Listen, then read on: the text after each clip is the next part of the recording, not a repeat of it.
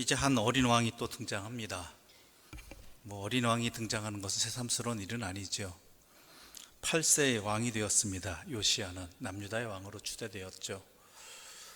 그런데 우리가 알다시피 지금 열왕기하를 읽고 있는데 열왕기하가 얼마 남지 않았습니다. 그 얘기는 뭡니까? 곧 멸망당한다는 이야기죠. 이제 멸망의 때가 다가오는 그때 8살 나이의 어린아이가 왕이 되었죠. 이 상황 속에서 그가 보고 배운 것은 뭡니까? 8살이 왕이 되기까지. 우리가 알다시피 므낫세 왕과 아몬 왕이 그 앞에 있었던 왕이지요. 근데 므낫세는 나중에 돌이키기는 하였지만요, 그래도 우리가 알기에 엄청나게 다양하고 심각하고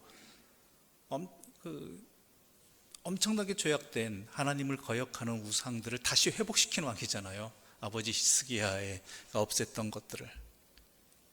물론 돌이키긴 하였습니다. 그러나 그 아들 아몬 왕은 도로 또 이거를 더 심하게 만들었던 것이죠. 그 아래에서 이 요시야가 뭘 배웠겠는가라는 생각이, 염려가 저절로 들 수밖에 없습니다. 나이도 몇 살이에요? 8살이에요. 8살.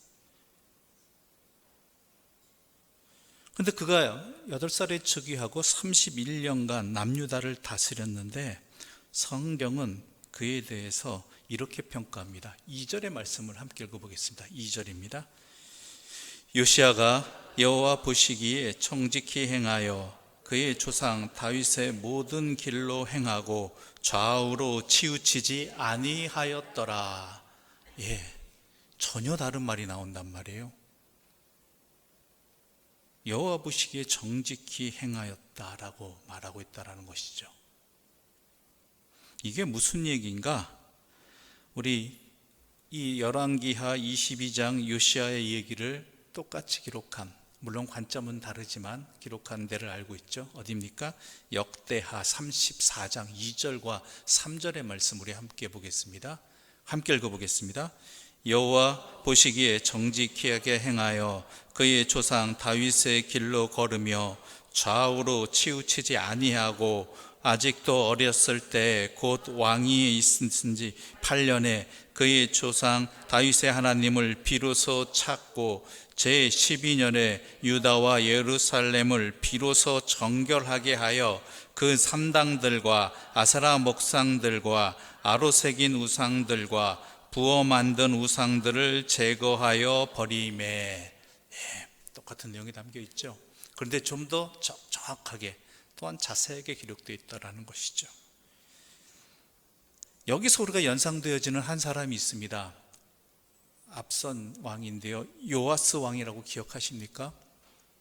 아델라의 손에서 제사장 여호야다가 아기 때부터 지켜줘서 몇 살의 왕이 된지 기억하세요?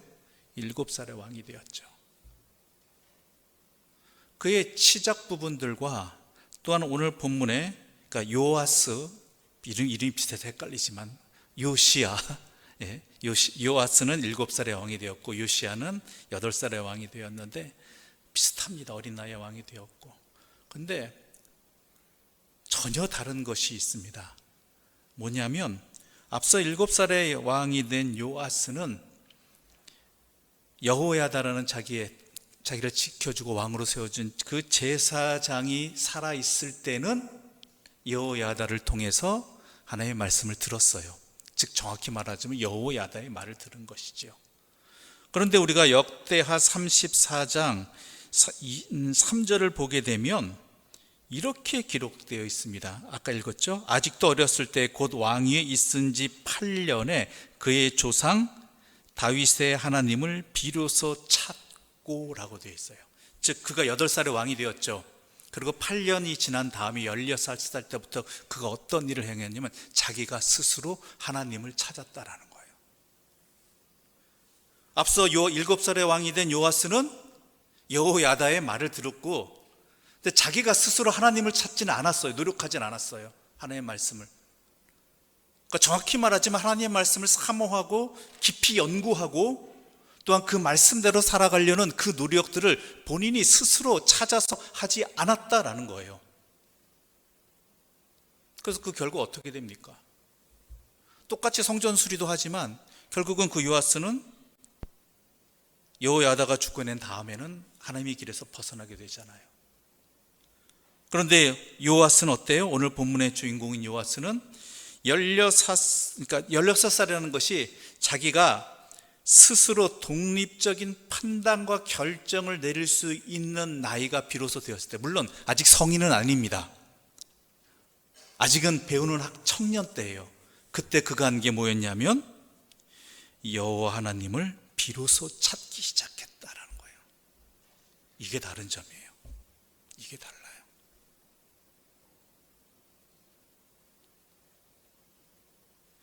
그러다 보니까 성경의 평가가 나오는 게 뭐냐면 다윗의 길로 걸었다라는 표현이 나오죠. 먼저 다윗의 길로 걸었다라는 이 말은요, 성경에 아사왕, 여호사밧, 히스기야, 그리고 요시야, 요것밖에 없습니다.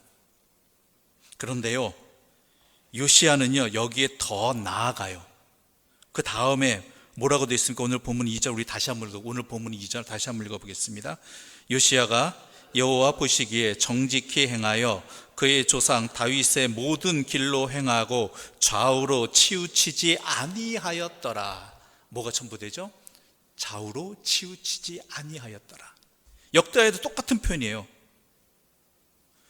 역대하 34장 2절에도 좌우로 다윗의 길을 걸으며 좌우로 치우치지 않았다. 이게 요시야에게만 있는 내용이라고 합니다. 요시야 왕이 유일하답니다. 좌우로 치우치지 않았다라는 것은 상황에 흔들리지 않았다라는 것입니다. 지금 이 상황은 이래야 되니까 이것 먼저 하고 이것 나중에 처리하고 이런 문제가 아니에요. 이러하든 저러하든 간에 뭐예요? 하나님 말씀대로 행했다라는 거예요. 말씀이 먼저이고 말씀대로 행하고 말씀을 알고자 했고, 이때가 좋은 형편이냐? 아니잖아요. 앞서도 얘기했잖아요. 열왕기하가 얼마 남지 않았다는 얘기 뭐예요? 멸망했다라는 거예요. 거기다 국제정세도 매우 혼란스러웠을 때입니다. 이때가 언제냐면요, 강대한 아시리아 제국이 점점 국력이 기울어져 가고요, 신흥 바벨론 제국이 점차 천하를 정복하기 시작하는 때입니다. 우리가 익숙한 우리나라 역사로 보게 되면 딱 인조 때입니다. 즉 명나라가 기울어져 가고 청나라가 강해져 가는 그러한 때. 그러니까 국제적 정세도 매우 혼란스러운 상황 속에서 어느 한쪽은 우리나라처럼 명나라의 뜻을 따라야 되는데 계속 의리를 지켜야 된다 파도 있을 것이고, 또 어떤 쪽은 뭐예요? 무슨 소리냐, 신흥강대국을 우리가 눈여겨봐야 된다. 여기도 마찬가지일 거예요. 거기도 왕도 어리잖아요. 남조는 어때요? 곧 멸망을 직전에 앞에 둔 거의 아무것도 아닌 상태, 뭐를 할 수 없는 상태. 그런데 요시야는 어땠다고요? 좌우로 치우치지 않았다라는 거예요. 좌우로 치우치지 않았다. 하나님 말씀 중심으로 모든 것을 힘써 지켰다라는 것이죠. 이게 다른 점이에요. 그것도 자기 스스로, 누가 시켜서도 아니고 누구의 영향을 물론 받았겠죠. 그러나 16살 돼서부터는 그 전에 영향을 받았겠지만 자기 스스로 하나님을 찾았다라는 것이죠. 이러한 하나님의 말씀을 연구하고 찾고자 하는 열망, 하나님 말씀대로 살아가고자 하는 열망이 어떻게 표현되느냐? 우리 다시 한번 역대하 34장 3절 읽어볼까요? 역대하 34장 3절 함께 읽어보겠습니다.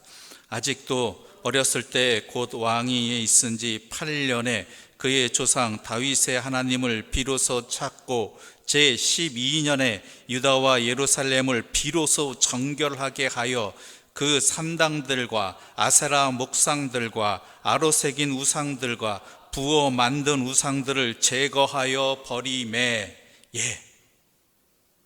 20살 때 뭐 했다고요? 자신의 땅을 정결하게 만들었기 시작했다라는 거예요. 하나님의 말씀을 살피고 연구하고 그 말씀대로 살아가려고 노력하고 준비하고, 그 다음에 20살 그가 성인이 되자 무엇부터 했다? 자신의 땅을 하나님 앞에서 정결하게 만들기 시작했다라는 것이죠. 왜냐하면 하나님 말씀을 배우니까 그 말씀대로 살아가고자 하니까 자신의 땅이 어떠한 줄 알게 된다는 거예요. 뭘 해야 될지를 알게 된다는 것이죠. 나라의 위기 상황 속에서, 국제적 정서의 급격한 변화 속에서 많은 것을 요구되어지고, 또한 이래야 된다 저래야 된다 갑론을박이 많았겠지만, 그가 한 일은 20살이 되어서 뭐예요? 자신의 땅을, 자신의 삶을 정결하게 만들기 시작했다는 것이죠.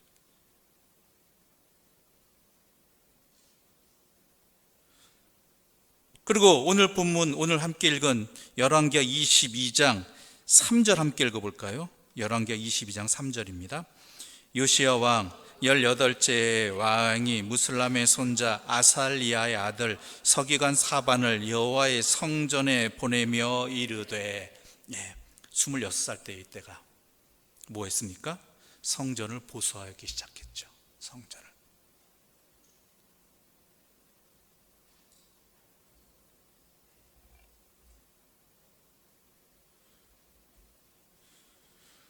즉 26살 때 그가 성전을 보수하기 시작할 때 하나님께서 은혜를 내리셨습니다.